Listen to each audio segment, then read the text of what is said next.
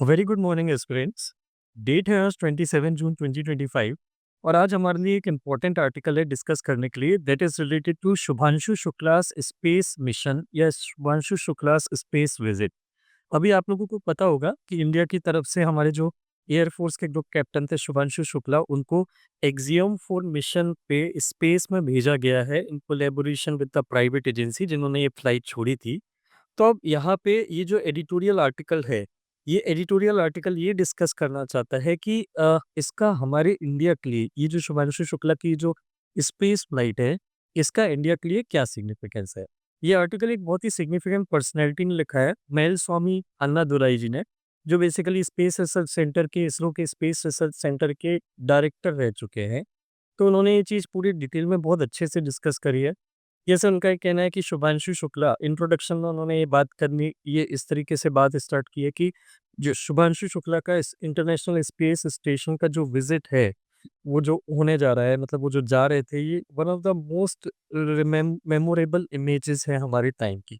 शुभांशु की जो जर्नी है, ये इंडिया के स्पेस प्रोग्राम में एक नया चैप्टर स्टार्ट करती है ह्यूमन स्पेस ट्रेवल का, जिसमें आने वाले टाइम में इंडिया अपने एस्ट्रोनॉट्स को स्पेस में भेजेगा। तो ये एक बहुत बहुत सिग्निफिकेंट अचीवमेंट है और ये रातों-रात हमने अचीव नहीं करी है।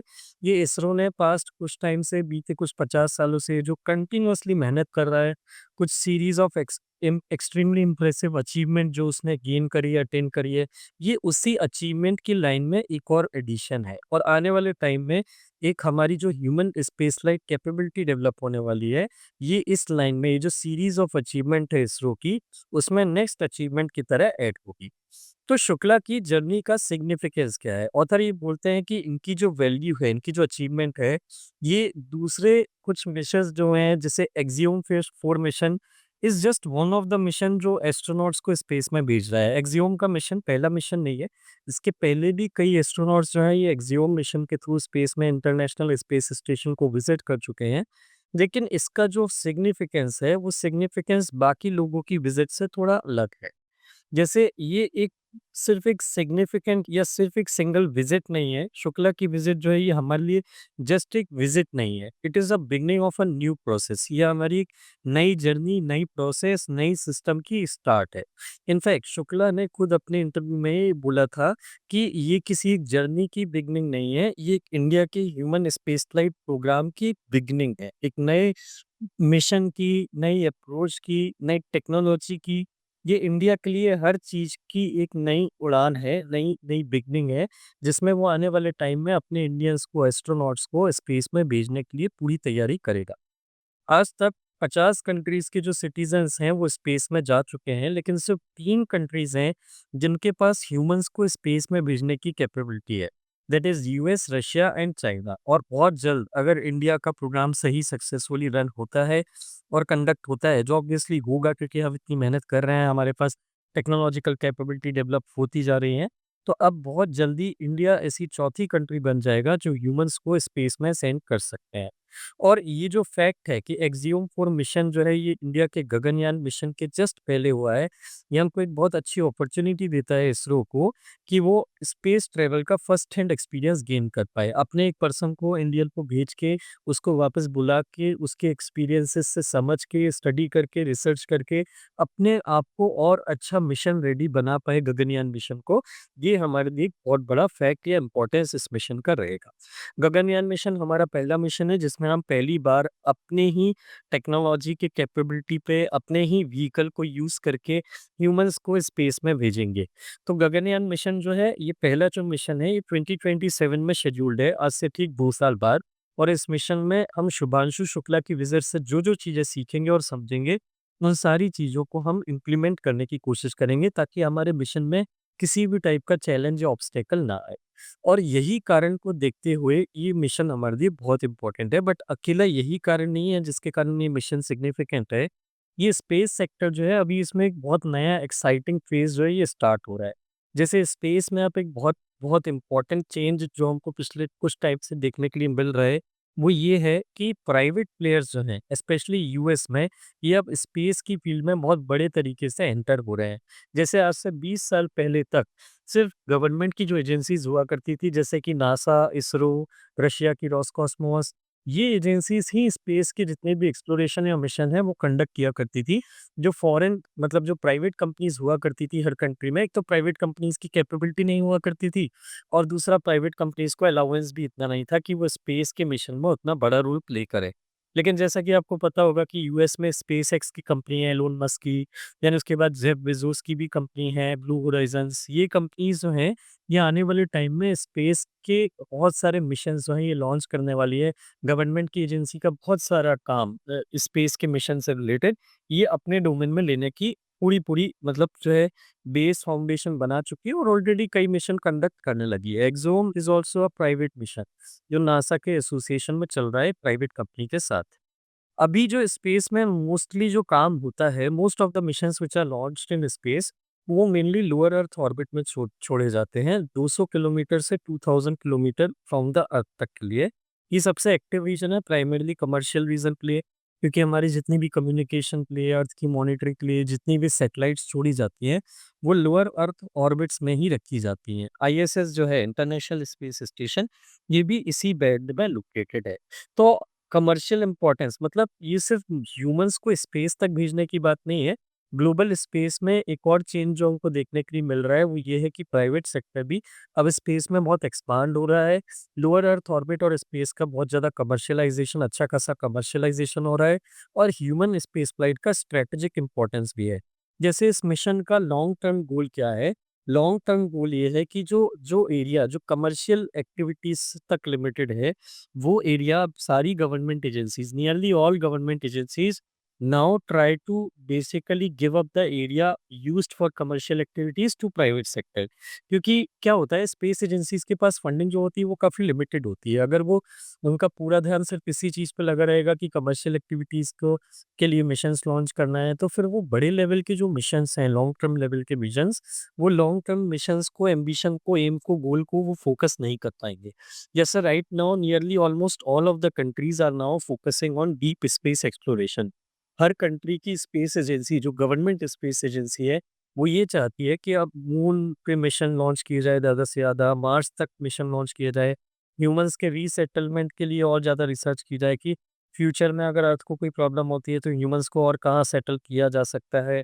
देन उसके बाद डीप स्पेस मतलब मून और मार्स के बियॉन्ड भी जो डीप स्पेस है, वहाँ पे जाके और क्या-क्या चीज़ें प्रेज़ेंट हैं, जिनको अभी तक हम स्टडी नहीं कर पाए या समझ नहीं पाए, उन चीज़ों पे अपनी एनर्जी को नेशनल स्पेस एजेंसीज़ फ़ोकस करना चाहती है। और ह्यूमन स्पेस फ्लाइट कैपेबिलिटी जो है, ये सारे जितने भी प्लान हैं, मून पे सेटलमेंट के, मार्स के सेटलमेंट पे, बियॉन्ड मून जाने के, उन सब का एक क्रूशियल एलिमेंट है। Human space flight capability develop करना इस प्लान का फाउंडेशन है। अगर वो डेवलप नहीं हुआ, तो आगे चल के हमारे लिए डीप स्पेस एक्सप्लोरेशन में काफ़ी चैलेंजेस आएँगे। और कई जगह पे हमको रिसोर्सेज का एक्सप्लॉयटेशन भी अब करना पॉसिबल होता जा रहा है। जैसे जो मून का सरफेस है, वो अब फिट माना जाता है कि वहाँ से कुछ सरफेसेस से, कुछ एरियाज़ से, कुछ पॉइंट्स से रिसोर्सेज का एक्सट्रैक्शन जो है बहुत अच्छे से किया जा सकता है और उसको प्लेटफ़ॉर्म की तरह यूज़ किया जा सकता है, स्पेस में और डीप जाने के लिए। ऑलरेडी कई सारे मिशन हैं, जो मून पे लॉन्च किए जा रहे हैं। आने वाले टाइम में कुछ मिशन मून पे लॉन्च किए जाएँगे, जिसमें क्रूड मिशन होगा। क्रूड मिशन मतलब वो वहाँ पे जाएगा, एक स्पेस स्टेशन बिल्ड करेगा मून के पास और वहाँ पे हमारी रूटीन सैटेलाइट लॉन्चेज़ होगी, जो मून के आसपास में हम स्टेशन करेंगे। तो आपके लिए मैं एक बहुत अच्छा होमवर्क दे रहा हूँ। अभी नासा का एक बहुत अच्छा मिशन चल रहा है, जिसमें मून के पास में वो स्पेस स्टेशन बनाने के लिए और मून को एज़ अ प्लेटफ़ॉर्म यूज़ करने के लिए फॉर डीप स्पेस एक्सप्लोरेशन काम कर रहे हैं। उस मिशन का क्या नाम है और उस मिशन के कितने फ़ेज़ेज़ हैं, ये आपको मुझे कमेंट सेक्शन में लिख के बताना है।